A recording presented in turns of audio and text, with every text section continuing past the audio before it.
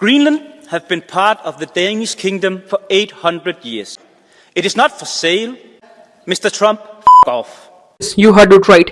ये the Danish MP Anders Vistisen and he said F off to Trump over Greenland issue. And here's why Greenland have become center of global tension and can act as catalyst for World War III. 2019 से 2026 तक Trump का एक ही obsession था, Greenland को acquire करना, but Denmark का answer not for sale. Now Trump is even hinting at military force. Let's look at this video. We are going to do something on Greenland, whether they like it or not, the easy way. But if we don't do it the easy way, we're going to do it the hard way. लेकिन इतना obsession Greenland से क्यों?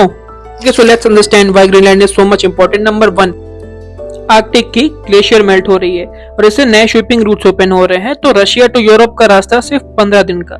सो whoever controls Greenland controls Arctic trade. Second is rare earth metals. Greenland is sitting on a treasure of rare earth metal, lithium, cobalt, uranium, you name it.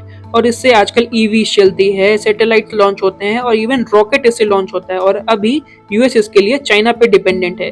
Third है थूल airbase, US का northern most airbase. From air Russia and north Korea constantly monitored. लेकिन अब कहानी में एक twist आता है. Greenland जो कि डेनमार्क का पार्ट है, डेनमार्क एक नेटो कंट्री है. नेटो मतलब टेक्निकली अमेरिका का एलाई.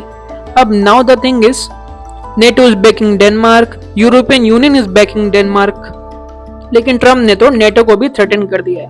अब if US takes a NATO ally territory by force, what is the point of whole alliance? चलो अब एक ओवरऑल व्यू लेते हैं. रशिया अपने न्यूक्लियर सबमरीन्स आर्कटिक में घुमा रहा है, चाइना ने खुद को नियर आर्कटिक नेशन डिक्लेयर कर दिया है, और US is not going to back off. आने वाला कुछ टाइम डिसाइड करेगा कि ये सिर्फ एक डिप्लोमेटिक चेस गेम रह जाएगी या फिर एक बहुत बड़े वॉर की तरफ entry. So what do you think? Let me know in the comment section.